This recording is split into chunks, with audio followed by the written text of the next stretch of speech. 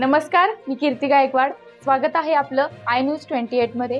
चला तर मग जाणून घेऊयात महाराष्ट्रातल्या ताज्या घडामोडी। पैठण तालुक्यातील सुतेग येथील रमानगर रहिवाशांचा विधानसभा निवडणुकीवर बहिष्कार। पैठण तालुक्यातील सुतेग येथील रहिवाशांनी येणाऱ्या 2024च्या विधानसभा निवडणुकीत मतदान न करण्याचा निर्णय घेतला आहे। विधानसभा निवडणुका लागण्यापूर्वी आचारसंहिता लागण्या अगोदर रमानगर येथे राहणाऱ्या रहिवाशांना नमुना नंबर 8चा उतारा देण्यात यावा, अन्यथा आम्ही सर्व मतदार बहिष्कार टाकणार असल्याचे निवेदन येथील रहिवासी RPI गटचे पैठण तालुका उपाध्यक्ष एकनाथ शरणागत सह येथील नागरिकांनी जिल्हाधिकारी व मुख्य निवडणूक अधिकारी यांना 10 सप्टेंबर 2024 रोजी दिले आहे।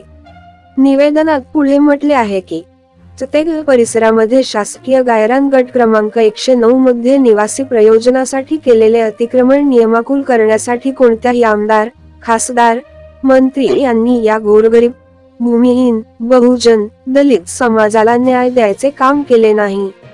या ठिकाणी जवळपास 200 ते 250 घरे असून गेली 30-40 वर्षापासून आम्ही सर्वजण येथे राहत आहोत। सध्या रमानगर येथे जवळपास 700 ते 800 मतदार राहत आहेत। बेघर भूमिहीन नागरिकांना आचारसंहिता लागण्या अगोदर नमुना नंबर 8चे उतारे देण्यात यावेत व रमाई आवास योजना, प्रधानमंत्री आवास योजना यांसारख्या घरकुल योजनांचा लाभ मिळावा, जेणेकरून येथील नागरिकांना मंजूर झालेले घरकुल बांधता येईल, त्यासाठी 8चा उतारा देण्यात यावा। नसता येणाऱ्या 2024 विधानसभा निवडणुकीवर बहिष्कार टाकण्याचा निर्णय येथील नागरिकांनी घेतला आहे। पैठण तालुका रिपोर्ट मनीष आव्हाडची रिपोर्ट। मी पैठण तालुक्यातील चितेगाव येथील रमानगर या ठिकाणी आलेलो आहे।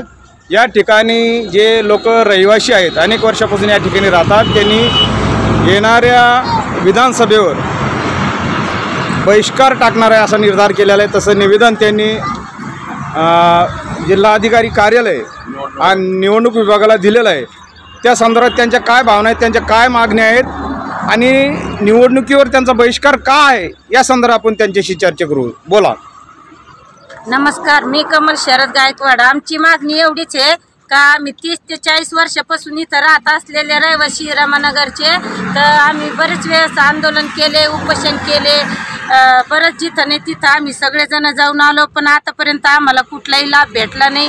कोणत्या मंत्र्याकडून नाही, कुठूनही नाही, आमचं काही काम झालेलं नाही आहे। मुख्यमंत्र्याला आमची एवढीच अपेक्षा आहे का आमचे हे आता जे येणार आहे इलेक्शन, ते इलेक्शनच्या अगोदर आम्हाला 8चे नमुन्याचे उत्तर देण्यात यावे। इथं कुठल्याही पक्षाच्या नेत्याला किंवा आमदार, खासदाराला किंवा उमेदवाराला इथं फिरकू देणार नाही आम्ही। आणि होणारे जे त्यांनी जर दाणजपटी करून जबाबदारी जर करणं गेली तर याची सगळी जबाबदारी त्यांच्याकडे राहणार आहे।